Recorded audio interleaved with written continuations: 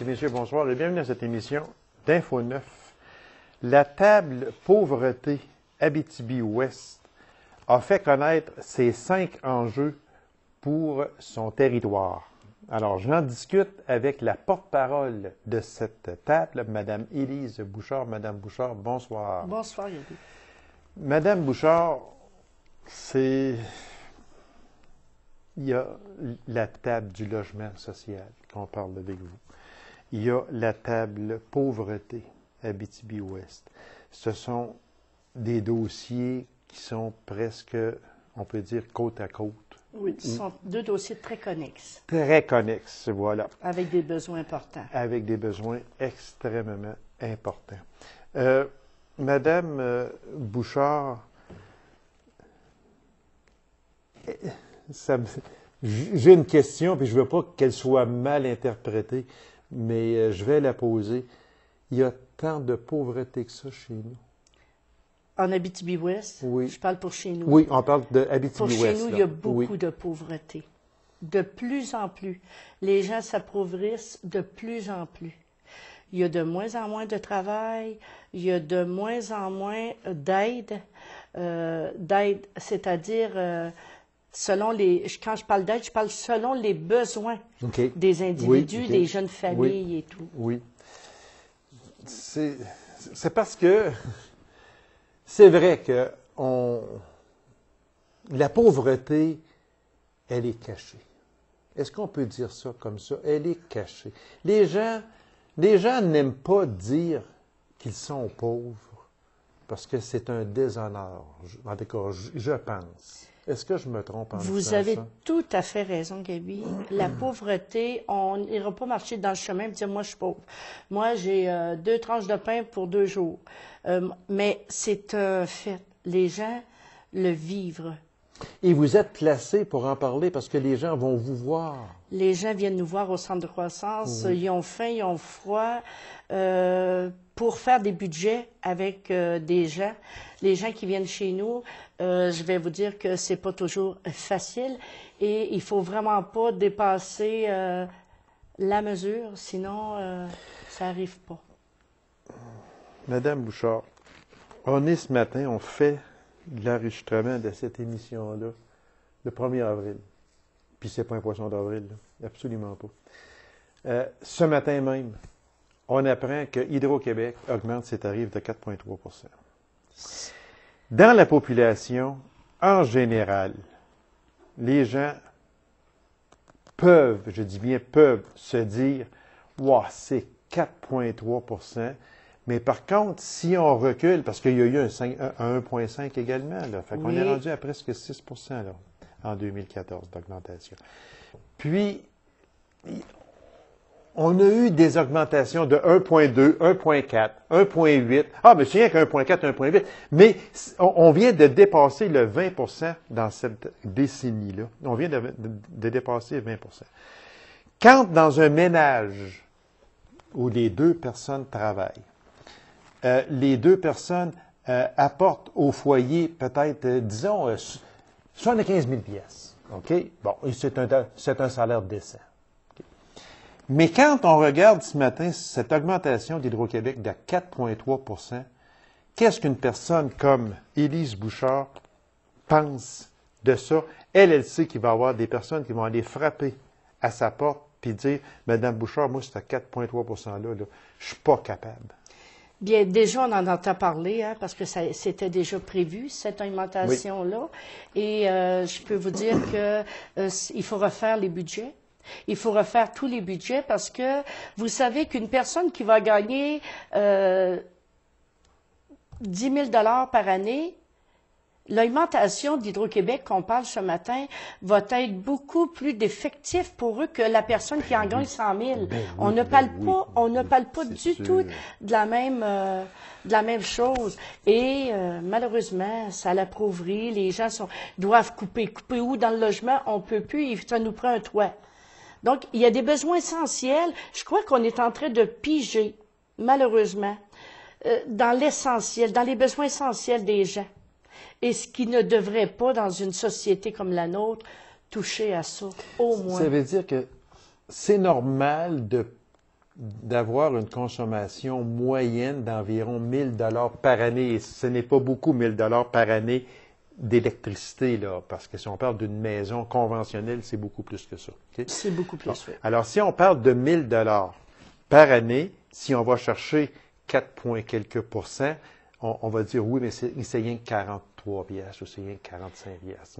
Mais c'est pas ça, là. C'est parce que pour la personne qui en gagne si peu, c'est beaucoup. Puis quand on regarde cette même personne-là, que depuis environ 10-12 ans, là, mais c'est 200 $ et plus qu'elle a à débourser pour son électricité. Et voilà. Et Dieu sait si ces personnes-là, qui sont à faible revenu, sont obligés, entre parenthèses, d'aller rester dans des loyers qui ne sont peut-être pas trop bien chauffés ou trop bien, où il y a de l'air qui passe beaucoup. Donc, qu'est-ce qu'on fait? On s'en va voir le thermostat, puis on vient y faire un petit... Fait que ça fait quoi? Ça fait des gens malades. Ça fait des gens malades. Que si on monte le thermostat, ça fait des gens qui vont avoir à payer plus. Voilà. C'est une grosse roue. C'est une roue qui tourne. Et les gens ont besoin... On parle seulement des besoins essentiels, comme je vous disais tantôt, Gabi. On parle seulement... La personne qui a... Vous dites, 43 $. Mais 43 $, la personne qui vit avec 500... 600 par mois, qui en paye 400 de logement pour un 3,5. Voilà. Là, vous elle exactement. doit rester autonome. Donc, la première chose qu'on fait, il faut habiter dans un logement. Bon, là, c'est une priorité. Que je peux pas me promener dans la rue, c'est une priorité. Je vous dis pas qu'il y en a pas qui se promènent pas dans la rue, mais ça, c'est une priorité. Oui. Ensuite, ça sera pas la nourriture qui va passer, ça va être l'hydro, ça va être les besoins. Ah non, c'est une grosse roue, puis c'est malheureux à dire, mais oui, il en existe de la pauvreté, puis chez vous, au centre de croissance, vous êtes en mesure de le témoigner. De le témoigner. Oui, exactement. C'est pour ça que la table, la pauvreté, a placé 5 enjeux. Voilà. Et on va parler du premier enjeu, parce que le temps passe tellement parfait. vite. Assurer à tous un revenu décent, permettant de se loger, de se nourrir, de s'habiller, c'est établi à 17 246 $ par année. Ça, c'est la mesure du panier de consommation. Ça, c'est une étude, M. Gabi, qui avait été faite par le Centre d'études sur la pauvreté et l'exclusion. Exactement, donc, oui. Ça, c'est comme véritable. Ce ne sont pas des chiffres en l'air. Non, ce ne sont pas. Ça a été bien arrêté. Okay. Là, fait que c'est pour ça qu'on se dit, s'habiller, se nourrir, se loger, 17 246 par année, ça serait bien. Okay. C'est pas 1 million. Ça serait bien parce que les gens pourraient vivre au lieu de juste survivre comme beaucoup d'entre nous. Oui, et j'aime le mot, vous venez de dire survivre. Et voilà. Parce que ça veut dire qu'à ce moment-là, ce serait environ 1437 pièces et 17 par mois, là, environ. Oui. Puis quand vous allez à l'item numéro 2, assurer un salaire minimum pour sortir de la pauvreté, soit un salaire minimum de 11,47 $. C'est pas énorme, là. C'est peut-être pas énorme, mais c'est vraiment de se sortir de la tête de l'eau. C'est ça, okay? exactement. C'est ça que la recherche a donné. Mais vous savez, 40 heures par semaine. Avec 40 heures semaine. Et on sait très bien, en ce moment où on se parle, sont assez rares, les 40 heures semaine. Donc, déjà là, la personne n'a pas une 30-32 heures, est encore elle n'est pas encore établie, là. Voilà. Même si elle a 11,47. Voilà. On parle vraiment d'un taux de 40 heures semaine pour ça. Parce que si on regarde là, entre l'item numéro 1 et l'item numéro 2, là, moi j'ai fait un petit calcul, là, c'est 1835 $ par mois au lieu de 1437. C'est 22 022,40 $ par année. Si on prend ce 22 022,40 $ par année et on le soustrait, on enlève 17 246 $ que ce qui pourrait être un revenu décent, on arrive avec un différentiel de 4 776 $ entre le travail et l'aide sociale, ou 400 $ par mois. C'est le 400 $ par mois ici qui vient faire toute la différence. Avoir quelque chose de décent, avoir quelque chose pour se sortir de la tête de l'eau. Puis quand on regarde, très honnêtement, Mme Bouchard, à 11,47 $, je m'excuse, mais ce n'est pas la mer à boire. Non, c'est pour ça qu'on dit bien, c'est juste pour se tenir la tête Oui, hors de oui, l'eau. oui. Donc, c'est-à-dire, c'est de pouvoir manger au moins une toast le matin. C'est ça, en réalité, c'est ce que ça veut dire.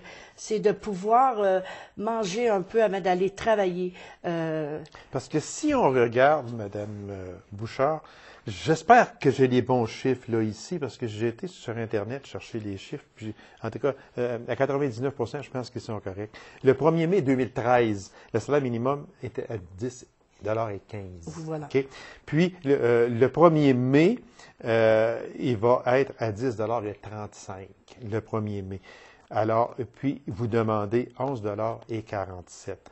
Ce n'est pas immense là, entre les deux montants. C'est vraiment juste l'ordinaire. C'est le réel besoin essentiel pour ces gens-là. Parce qu'à 11,47 $, là, la personne là, ne pourra pas faire aucune folie. Elle va simplement se maintenir la tête hors de l'eau, tout simplement. C'est ça qu'on demande pour tout de suite. Madame Bouchard, à l'item 3, tenter de réduire l'écart entre les riches et les pauvres pour une société plus équitable et pauvre. Moi, celle-là, là, il me semble, à l'âge que je suis rendu là, il me semble que ça fait des décennies et des décennies qu'on demande ça. Est-ce qu'un jour, réduire l'écart entre les riches et les pauvres, c'est quelque chose qui va arriver où l'écart entre les deux va toujours augmenter comme ça augmente depuis nombre d'années? Bien, je suis tout à fait d'accord avec vous, sauf qu'à un moment donné, même si ça fait des décennies qu'on le dit, il faut continuer à revendiquer. Il faut vraiment qu'il y ait un écart de pouvoir établir à ce que, oui, on ne dit pas qu'on ne veut pas que les riches demeurent pas riches. On veut que l'écart entre les riches et les pauvres soit plus équitable. Et pour que ce soit plus juste pour tout le monde. C'est tout simplement, c'est pas de dire, bon, ben, regarde, parce que tu vas avoir des gens qui vont dire, ben, moi, je travaille, puis on est tout à fait d'accord avec ça. Sauf que, est-ce qu'on peut avoir que ça soit équitable pour que le pauvre puisse se nourrir, s'habiller, se loger. C'est ça qu'on veut. Exactement. Et dans les deux derniers enjeux qui nous restent, on va les faire ensemble parce que le thème va nous manquer, c'est réduire les préjugés et les discours réducteurs et discriminatoires envers les personnes en situation de pauvreté. Il faut changer les mentalités à ce niveau. Ça, c'est un autre enjeu. Et le dernier, et non le moindre, éviter d'appauvrir les plus pauvres par des taxes qui ne tiennent pas compte du revenu des individus en créant des taxes discriminatoires, comme par exemple la taxe santé, la hausse des tarifs d'Hydro-Québec, ça, on en a parlé justement tantôt, et etc., etc. Et voilà. Et réduire les préjugés des discours discriminatoires envers les personnes en situation de pauvreté. « Ah, lui, il veut pas travailler. Ah, ça, c'est un lâche. » On ne veut plus entendre ça, OK? Il faut... Mais qui on est pour juger ça? Ben voilà, mais monsieur et madame, tout le monde se permettent. Oui. Et parce qu'on voit une personne qui est moins bien habillée sur la rue, bien on va tout de suite porter un jugement. Donc, Madame Bouchard, c'est le temps qu'on avait. Merci infiniment. Puis continuez votre excellent travail à la table de pauvreté. J'aimerais juste rajouter que c'est pas seulement pendant la période des élections. C'est à l'année. Les pauvres. À partir du 7 avril, après les élections, il y aura toujours des pauvres. Donc, je crois qu'il faut vraiment qu'on s'engage. Oui. Madame Bouchard, merci beaucoup. Continuez votre excellent travail à la table de pauvreté d'Abitibi-Ouest. Puis, on va se revoir aussi très bientôt pour un autre gros dossier. Merci beaucoup, Madame Bouchard. Merci. Alors, Mesdames et Messieurs, courte pause. On vous revient immédiatement après. Restez avec nous.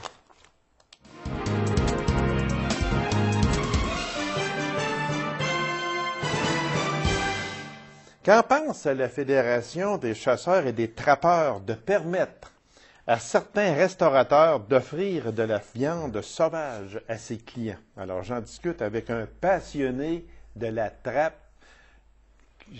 On accuse, peut-être à tort, je ne sais pas, les trappeurs de gaspiller la viande. Il va venir nous en parler avec grand plaisir. Je reçois M. Claude Gauthier. Monsieur Claude Gauthier, bonsoir. Bonsoir, M. Gaby Lagarde. Ça va bien, M. Gauthier? Ça va bien, Gaby. moi, là, à brûle pour point comme ça, là, si je vous demandais, qu'est-ce que Claude Gauthier, qui est un trappeur émérite, ça je le sais, il ne le dira pas, lui, mais même nous autres, on le sait. C'est un excellent trappeur. C'est un des meilleurs trappeurs de toute l'Abitibi-Témiscamingue. Puis j'ai pas peur de le dire parce que je trappe pas avec lui, mais je connais beaucoup de personnes qui trappent avec lui, puis ils m'en ont parlé beaucoup. Et c'est tout en votre honneur, Monsieur Gauthier. Mais ce fameux projet pilote, est-ce que c'est un projet pilote? Comme vous, en tant que trappeur qui jouez dans les animaux forestiers, qu'est-ce que vous en pensez? Bien, c'est peut-être, je pense que c'est une bonne chose. Il existe déjà, je sais qu'il y a déjà une entente au niveau des Autochtones puis du gouvernement du Québec, OK. au niveau du caribou. Je sais que les Autochtones sont autorisés à prélever un bon nombre de caribous dans le nord, puis ils ont des abattoirs, puis sont inspectés, puis je sais qu'à Montréal... mais ça n'a peut-être pas le succès escompté. Je pense que le monde... ça veut dire que le monde dans les restaurants, est-ce qu'on peut dire que le monde dans les restaurants, dans la restauration, les gens ne sont pas prêts encore à commander un steak de caribou? Tu sais, on peut dire ça comme ça? Probablement. Moi, je vois rien que cette possibilité-là. Juste pour vous donner un exemple. Oui, allez-y. On a déjà eu des rencontres, des entrevues avec vous. Concernant nos salons de trappeurs. On fait des dégustations, nous autres. Les trappeurs, à chaque fois qu'on fait des shows, on fait des dégustations. J'en suis un qui Et voilà, de l'ours, les derniers qu'on a fait, on a fait de l'ours, on a fait du lynx, on a fait du castor, puis il y a du remusqué. Dans ce nous autres, on trappe en frais d'animaux à fourrure. C'est les espèces qui sont le plus recherchées au niveau, mettons, de la viande ou ces choses-là. Les gens adorent ça, mais je vous dirais qu'après que le salon est passé, on dirait que les gens oublient. Parce que moi, en tant que trappeur, les gens me demandent un castor, me demandent de l'ours, me demandent du lynx. Ça va me faire plaisir de leur en donner pour qu'ils puissent le goûter ou quoi que ce soit. Mais il n'y en a pas tant que ça. Fait que je ne sais pas de quelle façon qu'il faudrait peut-être promouvoir ça. C'est beau un projet pilote, mais est-ce qu'ils vont rencontrer les attentes qui s'attendent pour ça? Moi, j'aimerais revenir sur ce que vous venez de dire parce que c'est l'an passé, ou il y a 2 ans, à la Sarre, le salon provincial, il y a 2 ans. Moi, j'y suis allé, puis j'ai été justement goûter à de la viande sauvage. Une viande que j'ai adorée, c'est le lynx. Le lynx, c'est, moi, pour mon goût à moi, elle est une très bonne viande, blanche, ma mémoire est fidèle, blanche. Ça ressemble à du poulet un peu. Exactement. Bon. Puis, moi, dans mon fort intérieur, je m'étais toujours dit, le jour... moi, il n'y a personne qui va me faire goûter à de l'ours. Jamais. Non, j'ai dit, je goûte pas à ça. Mon beau-frère, qui est un trappeur, a déjà voulu me faire goûter à ça, je n'ai pas goûté. Et au salon des trappeurs, on goûtait à de l'ours. Mais je ne savais pas quelle était la viande de l'ours, honnêtement. Puis, j'avais avec moi un trappeur qui m'a dit, « Puis, Gaby, comment est-ce que c'est que tu trouves ça, cette viande-là? » J'ai dit, « C'est très bon. » Il dit, « C'est de l'ours. » Oh, boy!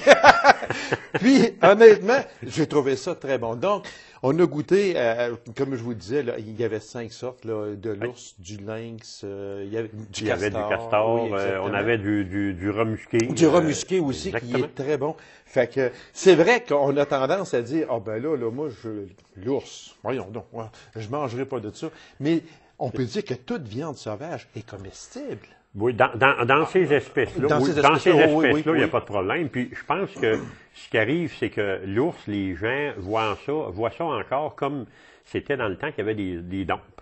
Puis que les ours mangeaient n'importe quoi.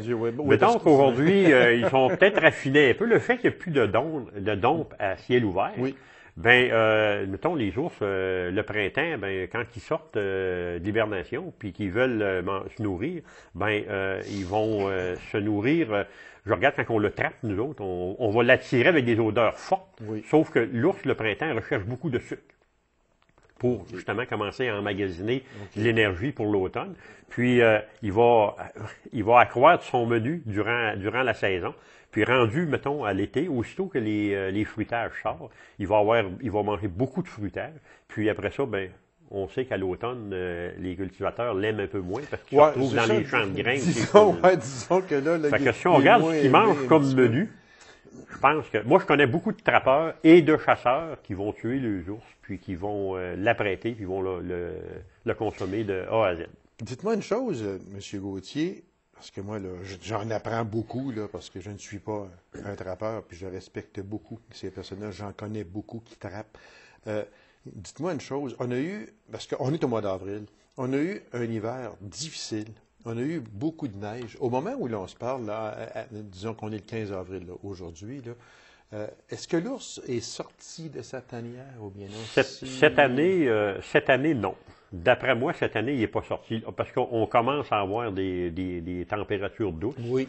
Puis, l'an passé, je sais qu'à pareille date, il était sorti. Cette année, pour parler avec des trappeurs, il y a encore beaucoup de neige dans le bois. Il y a beaucoup de neige. Il n'est pas sorti. Donc, ça veut dire qu'il va sortir un petit peu plus tard cette année.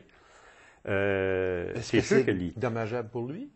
Non, parce que l'ours, l'hiver, je pense qu'il y a bien des humains, si on était capable de ramener notre système, oui. je sais que ça se fait au niveau médical, qui étudie comment est-ce qu'un animal de cette grosseur peut tomber en période de dormance, si on peut dire. Exactement, oui. Il ramène son système à 8 battements de cœur à la minute. Eh, mon Dieu. Parce qu'ils disent que les gens qui auraient des cancers, si on était capable de ralentir le métabolisme pour éviter que le cancer, mettons, progresse rapidement. Il étudie énormément le comportement de l'ours l'hiver. Pourquoi que lui est capable de faire ça, puis que nous, les humains, on ne serait pas capable de faire ça. Parce qu'on sait que les femelles, au mois de janvier, ont le petit en tanière. Oui. Ils nourrissent le petit. Ils n'en ont quasiment pas connaissance. Non, ils sont juste comme semi-éveillés un peu pour... et puis les petits se nourrissent, là. Ça devient gros comme ça pèse une livre, un ours. Quand ça vit au monde. Mais c'est un phénomène incroyable. Incroyable. Bon, Dieu que c'est intéressant de parler de ça, M. Gauthier, parce que je sais que vous êtes un fin connaisseur de ces animaux-là. Puis, c'est toujours plaisant de parler avec vous. Moi, il y a une chose que sur mes fils de presse que j'ai lus, puis j'ai resté un peu surpris, c'est qu'on dit que les chasseurs et les pêcheurs, puis les trappeurs également, gaspillent beaucoup de leur viande. Êtes-vous d'accord avec ça? Bien, d'accord, oui et non. Moi, je sais que je peux parler au niveau... je suis un chasseur aussi. Disons que quand que je vais à la chasse, j'essaie le plus possible, si j'abats un orignal ou... je pense que les gens qui vont gaspiller souvent de la viande, c'est que c'est des gens, soit des fois, ils prendront pas... quand on abat un animal, ce qui est le plus important, c'est de l'éviscérer le plus rapidement possible. Oui, exactement. Ensuite de ça, tout dépendamment des températures, c'est de faire, on dit mourir la viande dans un endroit froid pour que la viande puisse, mettons... on pend la viande. Exactement. Et puis ça, ils appellent ça la venaison, c'est très important. Peut-être que des gens ont déjà eu des mauvaises aventures avec des viandes sauvages. Puis aujourd'hui, c'est un petit peu pour ça qu'il est peut-être difficile de dire de tout. Si on pouvait tout commercialiser, ce que nous, les trappeurs, et autant les chasseurs, on peut abattre par le sport soit de la chasse ou du piégage. Moi, je serais le gars le plus heureux. Je sais qu'en région, il y a un monsieur qui achète des carcasses de castor. Il faut que les carcasses de castor soient frais. Il en achète, je vous dirais, entre 2 et 3 000 par année, si c'est pas plus. Il fait quoi avec ça? Lui, il achète ça des trappeurs. Il faut que les castors soient éviscérés le plus rapidement possible.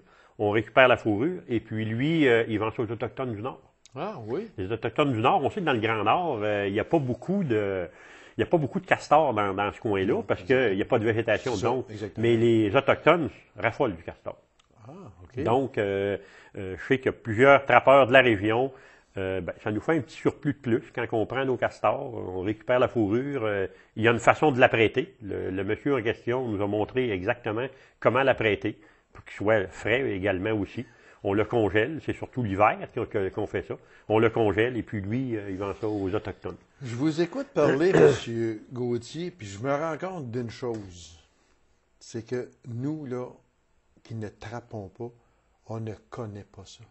Puis on se rend compte, comme là, de ce que vous venez de dire, là, moi, je suis à peu près certain qu'il y a un très minime pourcentage de la population qui est au courant de ce que vous venez de dire. Pour moi, là, c'est complètement du nouveau, je ne savais pas. Mais on ne connaît pas le trappage et on ne connaît pas le trappeur, puis on ne connaît pas ce que vous pouvez faire avec cette trappe-là, puis qu'est-ce que vous faites avec. Comme là, vous venez de dire qu'il se peut que vous puissiez, c'est-à-dire vendre le castor qui va être expédié dans le Nord parce que là-bas, il n'y en a pas. Ce sont toutes des choses que, je pense, est-ce que je vois trop loin là, en disant que nous autres, on dit, bon, M. Gauthier, il trappe, part le matin, ramasse ses pièges, puis, ouais, c'est pas on laisse ça là. Tu sais, là, on gaspille, etc., mais c'est loin d'être ça. Non, c'est loin de ça, parce que sur chaque espèce qu'on va trapper, nous, ce qu'on peut vendre, on va le vendre. Ce qu'on ne peut pas vendre, souvent, on va le ramener en forêt, et puis on va s'en servir d'appât pour les animaux qui sont toutes, la plupart, il y en a beaucoup qui sont carnivores. Oui. Donc, on ramène, surtout le castor, c'est l'animal où ce que les carnivores aiment le plus. Exact. Puis, on n'en mange pas de castor. Exactement, on n'en mange pas de castor. Même moi, là, juste pour un autre petit exemple, Gaby, moi, là, j'ai des gens qui m'appellent, qui ont des chiens domestiques. Ils lui font manger du castor. Moi, j'ai eu, durant 70 ans, un berger allemand. Il mangeait régulièrement l'hiver du castor. Je peux vous dire que mon chien, il avait un poil et il était en santé. Disons que le vétérinaire aimait moins ça un petit peu parce qu'il disait que c'était de la viande crue et puis il aurait fallu que je la fasse comme, mettons, semi-cuire. Mais je vais vous dire, je n'ai jamais eu de problème avec mon chien. Il a jamais... Puis mon chien, il mangeait ça l'hiver. Quand j'arrivais au printemps puis que j'étais obligé de revenir avec de la moulée en grains, je peux vous dire que j'avais de la misère à faire la transition. Il vous trouvait pas drôle. Il la trouvait pas drôle. Monsieur Gauthier, le temps passe très vite. Peut-être qu'en terminant, est-ce que si on permettrait ça dans la restauration de la viande sauvage, est-ce que ça pourrait pas peut-être activer le braconnage? Moi, je pense pas. En tout cas, je vais parler au niveau des trappeurs, parce que nous autres, des trappeurs, ce qu'on récolte annuellement, s'il fallait qu'on ait le droit de vendre notre viande pour que ça soit commercialisé ou ces choses-là, ça pourrait peut-être dans certaines espèces provoquer une demande un peu plus. Exemple, mettons que les gens voudraient beaucoup de castors.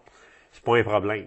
Le problème, c'est si les gens voudraient beaucoup de lynx, ça, on est plus restreint un peu là-dessus. Oui, là, ça serait peut-être un Alors, problème. Monsieur Gauthier, c'est tout le temps que nous avons. Merci infiniment de vous être présenté à cette émission-là. Puis c'est sûr aussi que la fameuse table, la table régionale de la faune aussi, où ça peut être discuté. Alors, c'est un projet pilote, puis on en reparlera sûrement aussi, parce que c'est très intéressant avec vous. Merci beaucoup, Monsieur Gauthier. Merci beaucoup, ça fait plaisir. C'est moi qui vous remercie. Alors, mesdames et messieurs, merci d'avoir été là. On a rendez-vous à une prochaine émission de InfoNet.